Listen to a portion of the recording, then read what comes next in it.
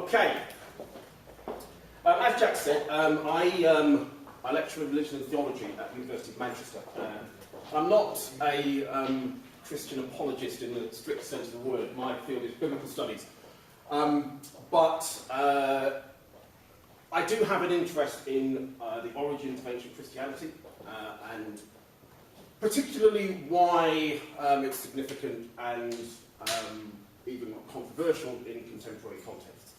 So today, especially with Easter upon us, I want to talk a little bit about the resurrection, why it matters, and why it is so central to the Christian faith. So hopefully I'll get through my spiel fairly quickly, and then we can take some Q&A from the floor. So let me start with some initial presuppositions. I'm not making any assumptions about what you believe today. You don't have to be a Christian to want to accept this or understand this. You don't have to have faith or believe in the Bible as the quote-unquote word of God or anything like that. I don't care if you are a devil worshipper today. That's fine. The kind of evidence that you use to talk about something like the resurrection is not scientific evidence. It's not something that you can repeat and observe, obviously. But we will look at some historical data, some textual data, both from the Christian Bible and from outside it. But as I say, there are no requirements for faith today. Right? This is an empirical talk in the sense that it only makes sense on the surface. You know precisely what I mean as we do things. Well, hopefully you know who this is. The Apostle Paul. His writings are the earliest in the New Testament. And so he is our earliest witness to these world-changing events. He wrote this to the church in Corinth, and this is the reason why the resurrection matters. Now, he wrote this because there were some members of the church in Corinth who had issues about the resurrection, partly about the nature of the kind of body that you have when you were raised. And it seems that there were some who were denying it altogether as well. And so Paul wrote that now if Christ is proclaimed as raised from the dead, how can some of you say that there is no resurrection of the dead?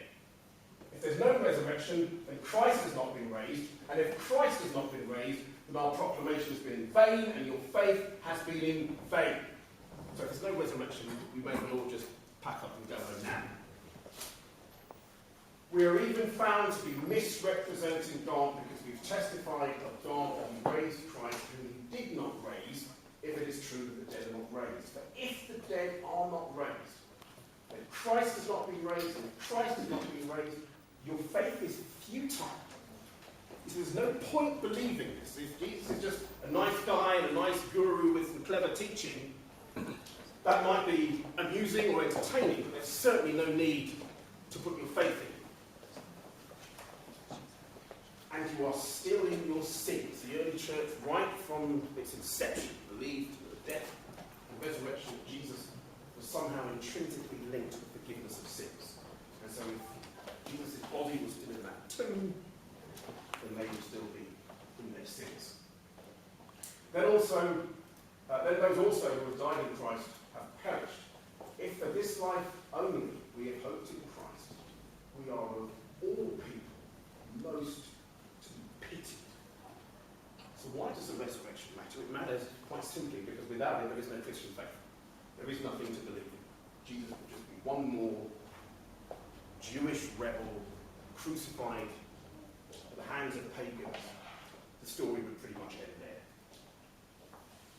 Now, scholars take a range of views on this. Now, this is James Crossley from Sheffield University. I've met him several times, lovely guy. He is a brilliant biblical scholar. He is a complete atheist. In fact, he's almost anti-Christian. Now, he wrote his PhD on the origin of Christianity, and his whole aim was to explain why the church could exist without the resurrection. And so he teaches that it's purely for socio-economic reasons that the church began. It was a rebel movement because basically poor people were fed up of Roman rule and were fed up of being ruled by people who didn't take their welfare seriously. And it was basically a peasant upheaval, a peasant uprising which led to the church. but there was no resurrection, and no miracles or anything like that. Dominic Crossan, former Catholic priest, he left the priesthood to get married, I believe. If you were to ask him, he would swear blindly he's a Christian. He too believes in the resurrection, but doesn't believe that the body was raised from the tomb. He writes in his book, first, the Easter story is not about the events of a single day, but reflects the struggle of Jesus' followers to make sense of both his death and their continuing experience of empowerment by him. So in Crossan's mind, what the resurrection was a way of explaining what the apostles and the early Christians felt as the continuing presence of Jesus after his death. They felt like he was still with him. Ergo, he was raised from the dead. But he wasn't literally raised from the dead. And for Crossan, that view is perfectly consistent with his Christian faith. Pinchas Lapid, a famous Jewish scholar and an Israeli diplomat, wrote that concerning the resurrection of Jesus on Easter Sunday, I was for decades a Sadducee. That's a group, an early Jewish group who don't believe in the resurrection. He goes on, I'm no longer a Sadducee, since the following liberations caused me to think this anew. When these peasants, shepherds and fishermen who betrayed and denied their master and failed him miserably suddenly could be changed overnight into a confident mission society, convinced of salvation and able to work with much more success after Easter than before Easter, then no vision or hallucination is sufficient to explain such a revolutionary transformation. If the defeated and oppressed group of disciples overnight could change into a victorious movement of faith, based only on auto-suggestion or self-deception, without a fundamental faith experience, then this would be a much greater miracle than the resurrection itself. In a purely logical analysis, the resurrection of Jesus is the lesser of two evils for all those who seek a rational explanation of the worldwide consequences of that Eastern faith. Pinchas Lapid believed that Jesus was the Messiah of the Gentiles, but not of the Jews. He never converted to the Christian faith himself, but he simply could not look at the evidence and ignore it. And in fact, at the end of his book, this is how he explained what happened. He said that God raised Jesus in order to launch a heretical movement, i.e. the Christian church, that would be able in a way that the Jews would never have attempted to teach the Gentiles at least two core Jewish principles: belief in one God and moral law. So in his mind, the whole purpose for God sending Jesus was to at least to get this Gentile rabble to at least believe that there's one God and stop worshipping, Greek gods, Zeus and all this kind of thing, and at least have some kind of moral code to live by. And this is the way that Lapid reconciled the fact that he couldn't deny the resurrection, but couldn't believe in it either. So why should we accept it? Two key reasons.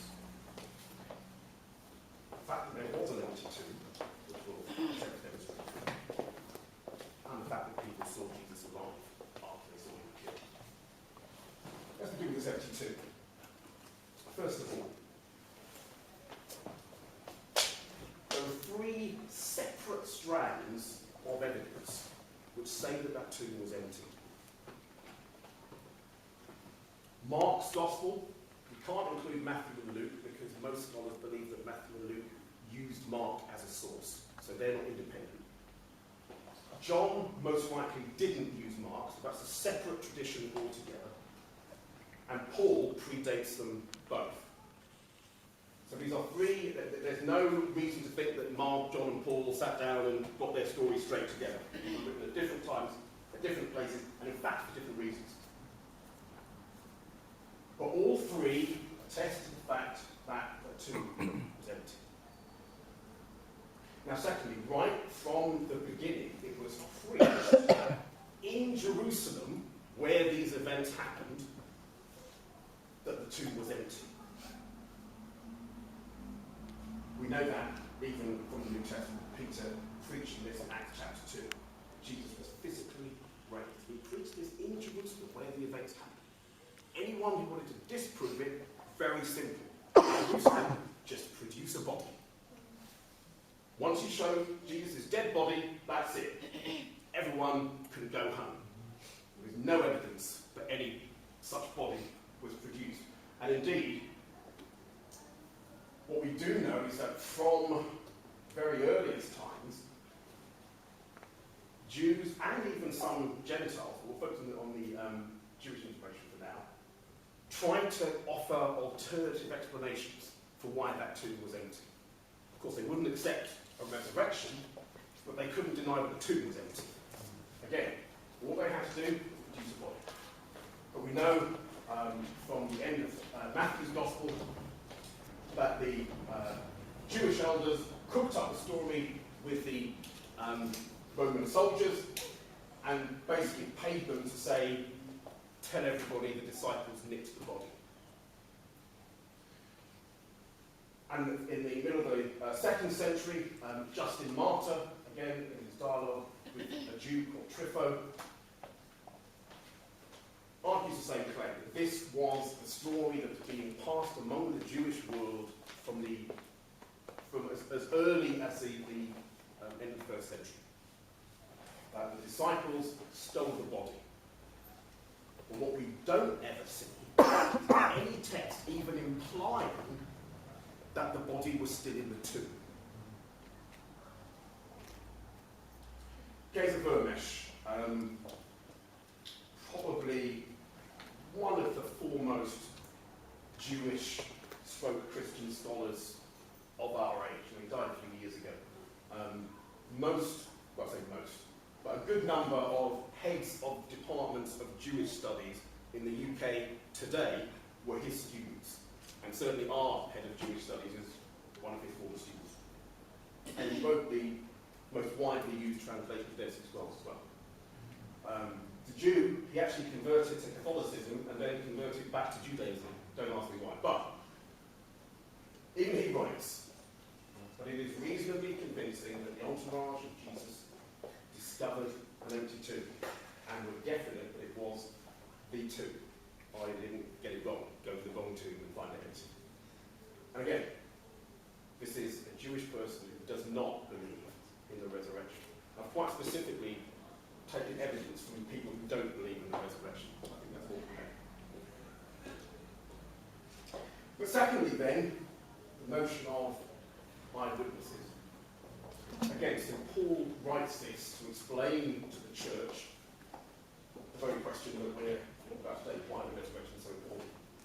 What I received, that's important, I passed on to you as the first importance that Christ died for our sins, according to the Scriptures, that he was buried, that he was raised on the 3rd day, according to the Scriptures, that he appeared to Cephas, that's Peter, and then to 12. After that, he appeared to more than 500 of the brothers and sisters at the same time, most of whom are still living, though some have fallen asleep, that is, died. Then he appeared to James, then to all the apostles, and last of all, he appeared to me as to one abnormally born.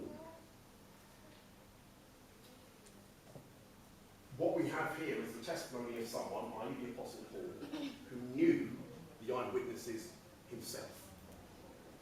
Indeed, more than 500 of them. And he almost throws this out as a challenge to those who would deny or question the resurrection. He says most of them are still living. If you don't believe me, go and ask them. And then he appeared to Jesus' brother, James, and finally to Paul himself. But importantly, you notice in verse 3, he said that he received this information. Now, Paul joined the Jesus movement probably within 1 or 2 years of the crucifixion. And so within that time, he received this information.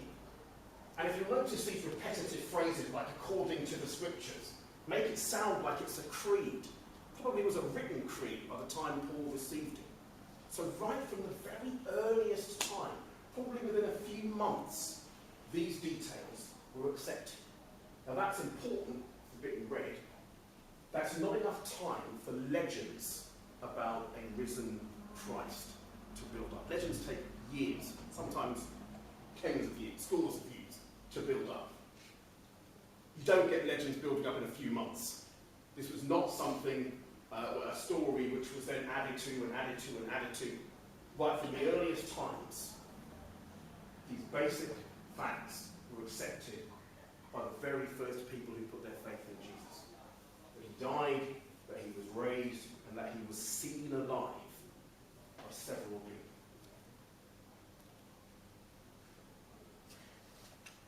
Now, not only that, but all four of the Gospels tell us something interesting, insofar as the first witnesses of the resurrection were women. Now, if you take Luke's definition of what an apostle is, that makes women the first apostles. However, in the ancient world, a very patriarchal, bordering on misogynistic society, the testimony of women wasn't valid in a legal context. So Josephus, the Jewish historian, notes that from women let no evidence be accepted because of the fickleness and impertinence of their sex. Josephus, that's not me. And then this Jewish book of traditions, the Mishnah, it says the law governing an oath of testimony applies to men and not to women, to those who are suitable to bear witness and not to those who are unsuitable to bear witness. So in a Jewish court, a woman's testimony was invalid. In fact, there's another passage in the Mishnah which says it would be better to take testimony from a dog than a woman. And yet, the apostles record that the first witnesses were women. Now, unless they were incredibly stupid and making this up, that would be, well, it comes under this rubric, the criterion of embarrassment. In a legal context, if you say something which makes you look a bit daft, it's more likely to be true, because you wouldn't make things up which make you look stupid. And so if they're making up the idea that women were the first witnesses, they're almost invalidating their own testimony. Who are your earliest witnesses? People who can't be trusted. That would be the that's been how it would be received. E.P. Sanders, who completely changed the field of Pauline studies in the late 70s, but also written widely on the historical Jesus, and this immensely popular book that he's written. And again, someone who does not believe in a literal resurrection, describes himself as a secularized Protestant. I don't know what that means, but he doesn't believe in literal resurrection. But he says that Jesus' followers had resurrection experiences. That much is a fact. Now, he says what reality gave rise to those experiences, he doesn't know. So he's not making any claim about whether Jesus was actually risen from the dead. But that the apostles experienced something, he would say is beyond doubt. And this, in red, again, this basic list of facts, he says, historically is beyond dispute. But in the aftermath of Jesus' life, disciples fled, they saw him, notice he says, in what sense is not certain, but they did see him after he was dead. Now, some people, of course, still try to explain this away. And as early as the Enlightenment period, middle of the 19th century, David Strauss, Ernest Renan, popularized the idea that what we have in the apostles' visions or sightings of Jesus were actually hallucinations. And specifically, what they often refer to as guilt hallucinations. That they were so guilty about the fact that they had betrayed Jesus that they projected visions of him from their own mind. And that was how they explained the appearances. Virtually no one accepts that today, but there are still some vocal anti-resurrectionists, particularly a German scholar called Gerd Ludemann, who do still accept the hallucination theory. I would suggest that, number one, there are far too many witnesses for that to be meaningful. 500 people having the same hallucination at the same time, again, that beggars belief. The other thing I'd say is that hallucination is something that happens in the mind of a person. A hallucination isn't something that actually happens. You can't have someone else's hallucination. Luke says that that Jesus appeared over a period of 40 days. Even if you were to accept that it was a hallucination, you don't have 40-day hallucinations. And of course, the hallucinations don't explain away the empty tomb. The other theory is that, well, maybe the apostles just cooked the whole thing up. Again, entirely possible. I can't rule that out. It's possible that the apostles just sat around somewhere and cooked up this entire story. In the 60s, in fact, in Manchester, one of our heads of Semitic studies, a chap called John Allegro, popularised the idea that Jesus wasn't even a real person, but rather it was the code name for a hallucinogenic mushroom that the apostles smoked and in a state of euphoria wrote the New Testament. And this is a serious scholar, this is not some crackpot. He, as I say, he was head of Semitic studies in Manchester in the late 60s. He translated one of the Dead Sea Scrolls. I mean, this is a serious individual. So again, how reasonable is it that the apostles cooked the story up? Well, first of all, they would have to explain their massive deception, whilst at the same time explaining why they preserved the words of Jesus, which outlaw lying. So here we are lying about the existence and truth of the resurrection, a resurrection of someone whom we believe didn't believe in lying. Again, beggars belief. Secondly, you have to think, what are the motives for cooking this story up? I mean, get some money, some comfort, something out of it.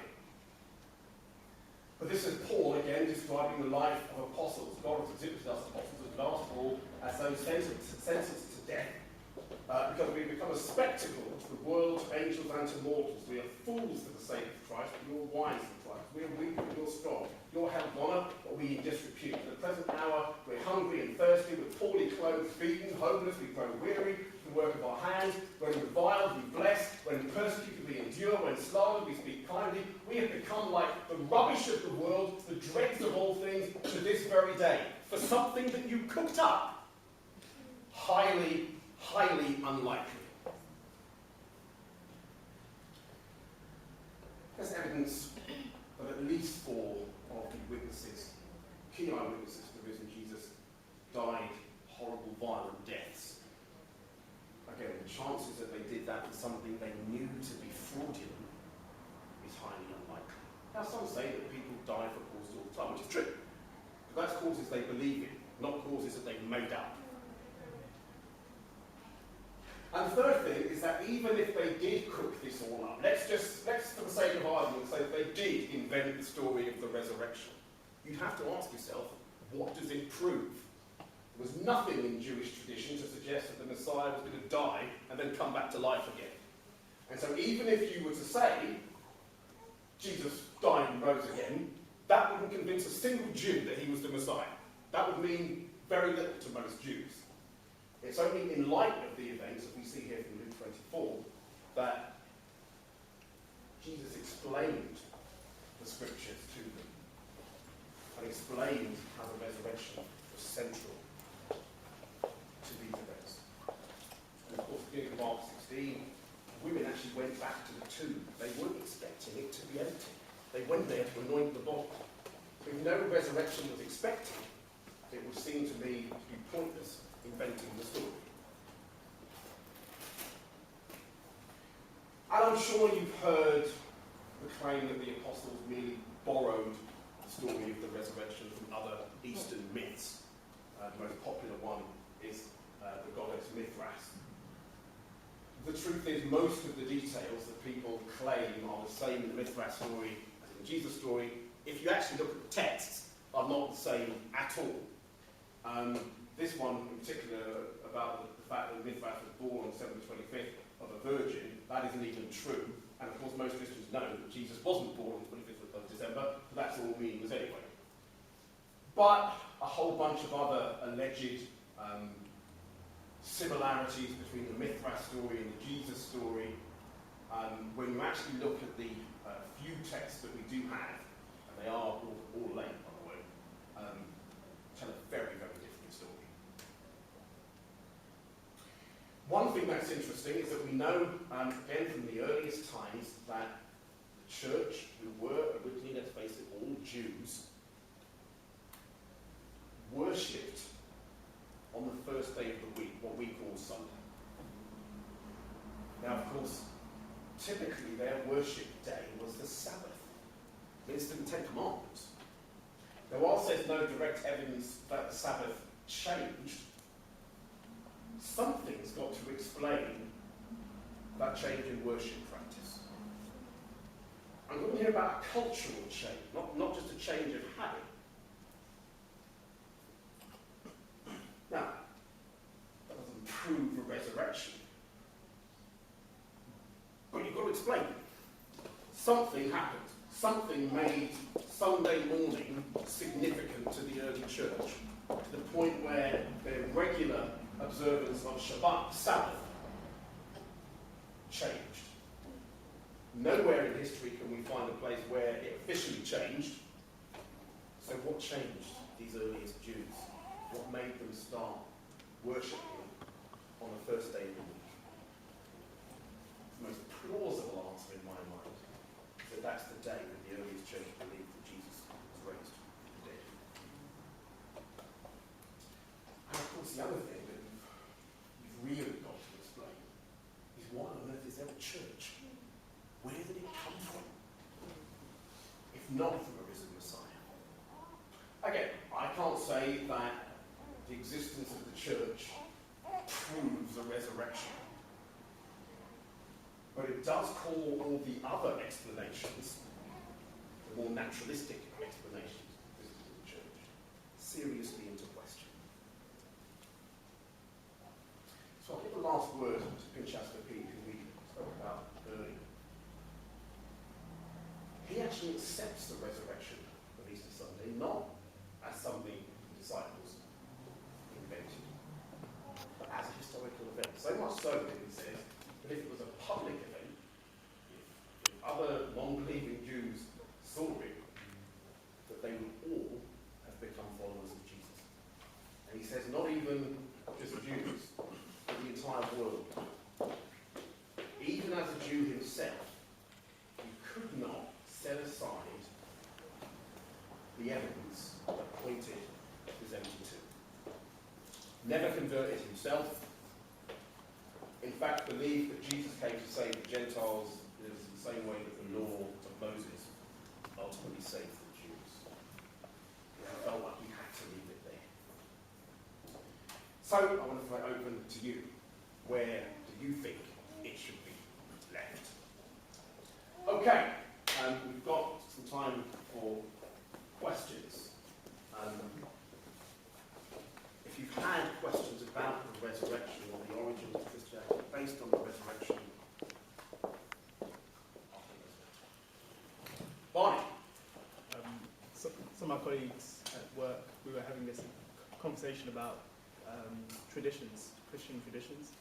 So things like Christmas, Easter came up as well, and the idea was that they are actually kind of pagan traditions that early Christian settlers introduced or mixed in with biblical traditions, so that it would be more acceptable to the group that they were introducing this new faith to. How would you respond to that kind of statement? Okay, I mean, first of all, it's true that there probably are some pagan traditions which mirror Christian ones. There is a popular pagan, well, basically orgy, really, called Saturnalia, which you could certainly date to around the time when we celebrate Christmas. Now, what I've heard some commentators say, I'm not massively persuaded by this, but what I've heard some commentators say is that the church will celebrate these events, like the birth of Jesus, at these times, to try to prevent their communities getting involved in the pagan festivals that were going on at the same time. That's possible. However, the idea that they would mix paganism with Jewish traditions from the Bible, if you would let me, would have to involve an absolute denial of the central tenets of their belief. So, in the Ten Commandments, it even says, you will take no other God before me. And of course, the prophetic texts are littered with commands about not worshipping the gods of the pagans, not worshipping idols, not even getting involved in divination and sorcery. So, if you were going to accept that pagan myths were mixed with biblical ones, you would also have to accept that the Jews that did it, or the Jewish Christians that did it, had some moment of almost schizophrenic mental breakdown to the point where they no longer believed their own traditions and then just latched onto a bunch of pagan ones. So the chances of that happening, again, I will say, are virtually nil. In terms of how early perhaps you could date the celebration of certain things, like the celebration of Jesus' birth, the celebration of his death and resurrection, that I'm less sure about. I'm not sure if there was officially an Easter time, so to speak, in the very earliest church. Safe to say that they, of course, we know from 1 Corinthians 11, probably early 7s, that they celebrated the death and resurrection of Jesus in the communion meal. Now, when that then became an Easter celebration, I couldn't say. But highly, highly unlikely that pagan myths were mixed with biblical traditions.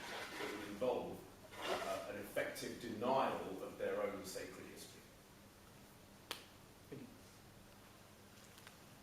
Yes? So Paul talks about the 500 plus eyewitnesses. Are there any extra biblical accounts about that, or like, do we know who any of those witnesses were, and are there any like written accounts of that? That's a very good question. The answer to that question is no, there aren't. The reason why the Pauline text is considered important is that the information Paul himself gives about receiving these traditions. And whenever Paul, he uses the Greek word is paralambano, and it literally means to receive, to fourth gear, so to speak. And whenever Paul uses that, he's generally talking about traditions that he's inherited from the apostolic circle. Remember, Paul probably never met Jesus. Paul joined the Jesus movement after these events. But we know from his own autobiography in Galatians 1 that he spent some time at least with Peter and with James. And it would seem it's at that time that he received these traditions. So that would put Paul in proximity with the very earliest strand of Christian belief. And as such, a letter which is dated to possibly the mid-50s of the first century makes that evidence very, very early. So it's highly unlikely to be fabricated. But the direct answer to your question, the bigger question, is if, in terms of extra-biblical witness to those 500, no, we don't know any. There's no such extant text. Yes? Is there any information outside of the Bible that explains the Romans' response to Jesus having risen? Because I guess they were on watch, and are there any, documents or those kind of records? Yeah, there are some again which corroborate the basic story. So, for example, the Annals of Cornelius Tacitus, when he records about the time when, Nero set fire to Rome and blamed it on the Christians. He has a short account of what happened. Now, what you'll find in the writings of Tacitus, and similarly the writings of Pliny, who wrote about the church to Emperor Trajan, is that they do mention the fact, but obviously with no religious spin. So they simply say that these Christian rabble claimed to have seen their master alive after he was crucified. There's no empirical verification or denial of it, but they do acknowledge that that's what the Christians believed. So, in terms of, I think what you mean is the Romans saying, oh, but it didn't really happen, they stole the body. There's nothing like that I know of, no. As I say, the likes of Pliny and Tacitus do at least acknowledge the basic fabric of what the early church believed, even though it's, as I say, in a fairly neutral fashion. And of course, these were all people, particularly Pliny, who hated Christians. They thought Christians were upstarts. They accused the Christians of being atheists because they didn't believe in the Greek gods. And any trouble, it was easy to blame the early Christians because they were hated by certain Roman elites. So as I say, what Tacitus is talking about is the fire that burned most of Rome in the 60s, which it turns out Emperor Nero started himself to try and kill off some of his political enemies. But, yeah. Any other questions? Yes, and then yes. So with, because in the Bible there's the story of Lazarus, who Yes. was resurrected. So does that like somehow validate Jesus' resurrection in the sense that like people would have believed that a resurrection is possible, and then come Jesus' resurrection, you would have been like, oh, that's happened before? Or... That's a very good question. I'm going to take you to task on it and make an example of you for the best of it for everyone else. Lazarus was not resurrected. Lazarus was resuscitated. He came back to the life that he had before he died. Lazarus would die again. In fact, in John 12, which is the section right after Lazarus' story, it's suggested that the Jews actually killed Lazarus because people were putting their faith in Jesus on account of his raising. The whole point of the last part of 1 Corinthians 15 is Paul explaining what happened to Jesus has never happened before. Jesus was raised to a particular kind of life where he would not die again. And that's what resurrection is. It's absolutely crucial to make that distinction. The widow of Nain's son in Luke 4, or even the story of Elijah, wasn't it? Elisha killing someone back again. So resuscitations happen. But resurrection, the only person to have been resurrected is Jesus. Now what Jesus went through when he went through it, his resurrection, is what the earliest Jews and Christians believed that the righteous would go through at the end of time. Right, so you're all aware of this, right? At the end of time, Jews and the Christians believe there will be a final judgment and that everybody will be raised to judgment.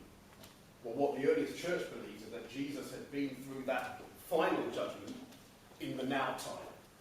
In other words, he almost brought the end into the present. That's why they refer to the period after the resurrection as the last day. It seems like the end has begun, but the end won't end until Jesus returns and the final judgment happens. But your point's an excellent one, because in that whole section where Lazarus' sisters are questioning Jesus, they actually say to him, we believe in the resurrection. And they question about, whether Lazarus will be raised. And of course, Jesus' point, and he's doing this kind of almost tongue-in-cheek, I think, is that he's about to perform a raising, but the resurrection is still a future thing which will happen to Lazarus again. That was his whole point. But it's important to make that distinction, because there were raisings, there were resuscitations, but that wouldn't have persuaded anyone of what happened to Jesus. That was unique. That's never happened before or since, despite the claims of certain churches, and won't happen en masse again until the final judgment. Okay? Excellent question. Yes, please. Why was it so difficult for the Romans to accept that Jesus was resurrected rather than being stolen, or they believed that he was? Why was it to find so difficult? Okay, very good question. The Romans were generally influenced by Greek philosophy, and they had very, very, very funny ideas about life and death. So if you ever read any Aristotle or Plato, if you're really, really bored, they believed that the soul was something trapped in the body, and that the whole purpose of life was to free the soul to become, one with the universe, so to speak. But that the body was a prison for the soul. So this is what influenced Roman thinking. So the idea that Jesus' whole body got up and left the tomb would have been would have been, beyond the realm of their thinking. Now, I hear this a lot. People talking about eternal souls and this kind of thing. I know where it comes from. It has never been part of Christian belief that the soul is eternal. I don't know where that comes from. I do hear it, but it's not an early Christian belief.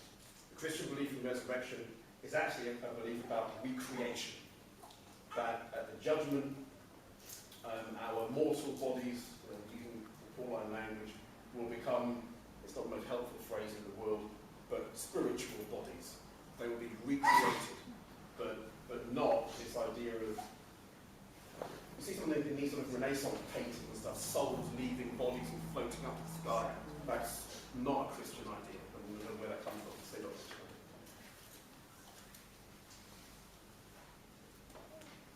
Any other questions? Yes, yes, then go on. Yeah, I was going to ask you maybe explain sort of what the resurrection actually is. Is it both spiritual and physical, or is it spiritual in the sense of like Jesus was kind of spiritual and physical after the kingdom? You're going to have to explain actually. I find because to me the word spiritual is really slippery. So when you say was it physical or spiritual, what do you mean? Like before the resurrection, as in like Jesus was in a human being. Yes. But like in terms of like after the resurrection, like was there a kind of there was a difference? Ah, okay. Right. Now I've got you. All right. That's good. Paul was actually, I don't know if you can see that there, it's too small.